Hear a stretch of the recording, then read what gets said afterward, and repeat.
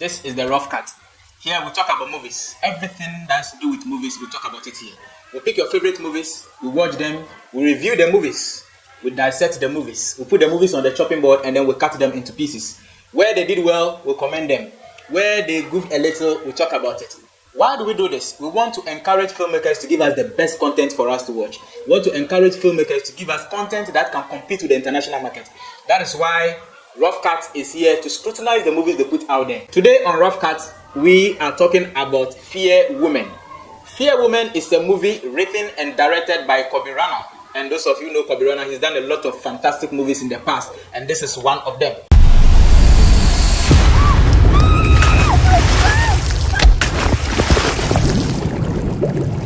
Have you ever been to a point where you're ready to risk and lose it all? How did it start? In Fear Women, the story takes us through the lives of Kelvin and then Belinda. These two are in love. In fact, if there is anything like love at first sight, then this movie actually explains it very well.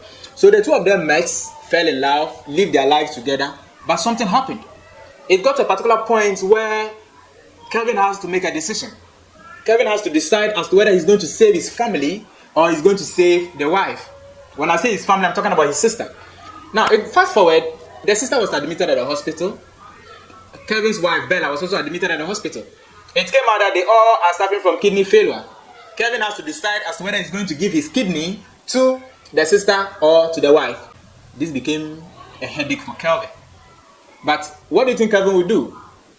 Kelvin decided to save the wife because the wife is also, the family, as he put it. But things turned out very fast.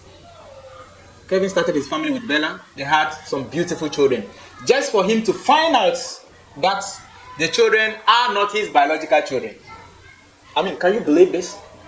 This man gave you his kidney, but in the end, all the children he has with you are not his biological children.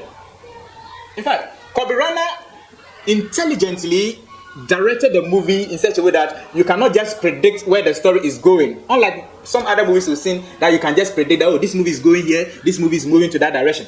He did it perfectly, and with the masterwork by the cinematographer, they were able to blend in the movie very well. In fact, the camera movement, the camera angles, the shot sizes, and then the dolly in and the dolly out, they made the movie a delight to watch. One beautiful thing I also like about the movie is the setting. In fact, everything was on point. Looking at the locations, looking at the various props in the movie, looking at the lightning, except in a few instances where there were a little bit of overexposure. Apart from that, all these things came together to make the movie a very delight to watch. One of the highest points of this movie is the ensemble. In fact, the characters that played the roles in this movie, they were perfect. Kasum Siner was on point. Those of you who follow Kasum Siner, she's very fantastic. This woman has what it takes to be one of the best in the world.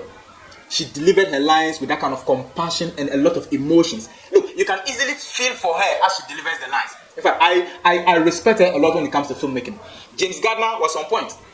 In fact, he delivered his work. In fact, it got to a point that they touched me as I was even watching the movie. All in all, the movie is fantastic and it's good to watch.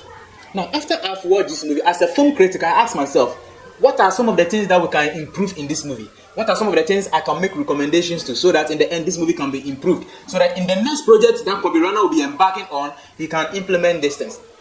If you watch the movie very well, from the beginning, the two characters, I'm talking about Kelvin and then his therapist, they were having a conversation, and then in front of the University of Ghana Medical Center, they were walking and having this conversation in front of a staircase.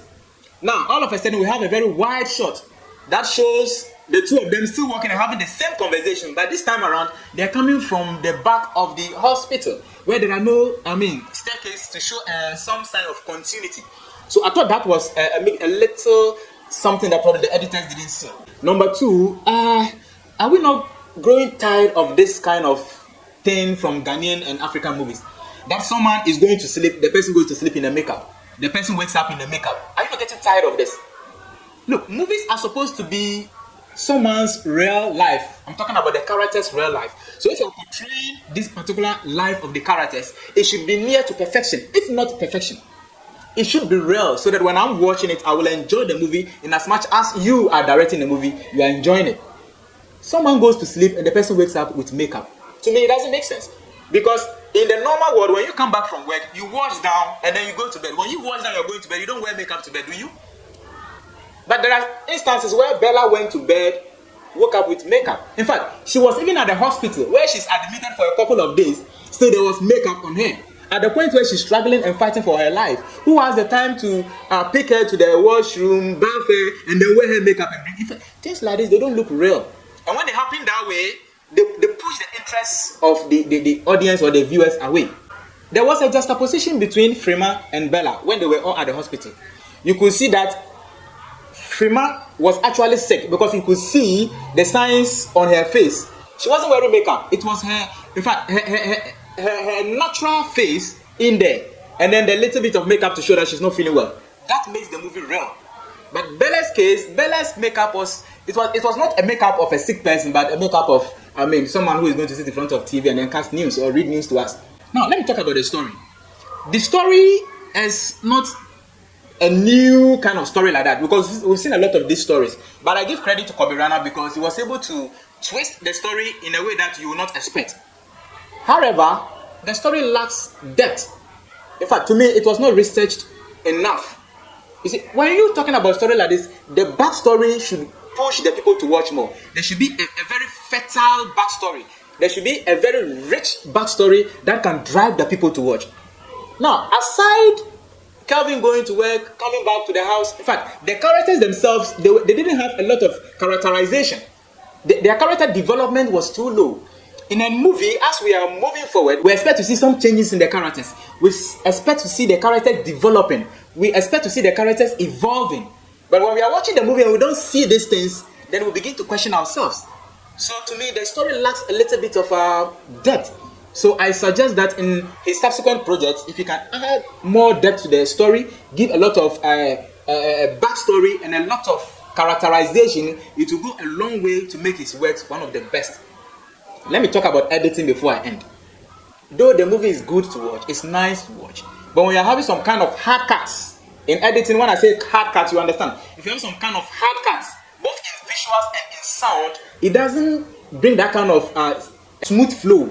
Immediately, that kind of hard cuts come in, we don't get that kind of smooth flow. Therefore, it throws you off a little and then brings you back. So the editing bench needed to add a lot of confidence to their editing to make the movie smooth to watch. The sound scoring was okay, except that to me, some of the a little bit of sound was not matching maybe the mood at that particular instant. But all these things are things that can be worked on. Without film critics like us, we can never shape the industry. So when we review your movie and we bring out our concerns, we expect you to take it in good faith so that we continue to build this industry together.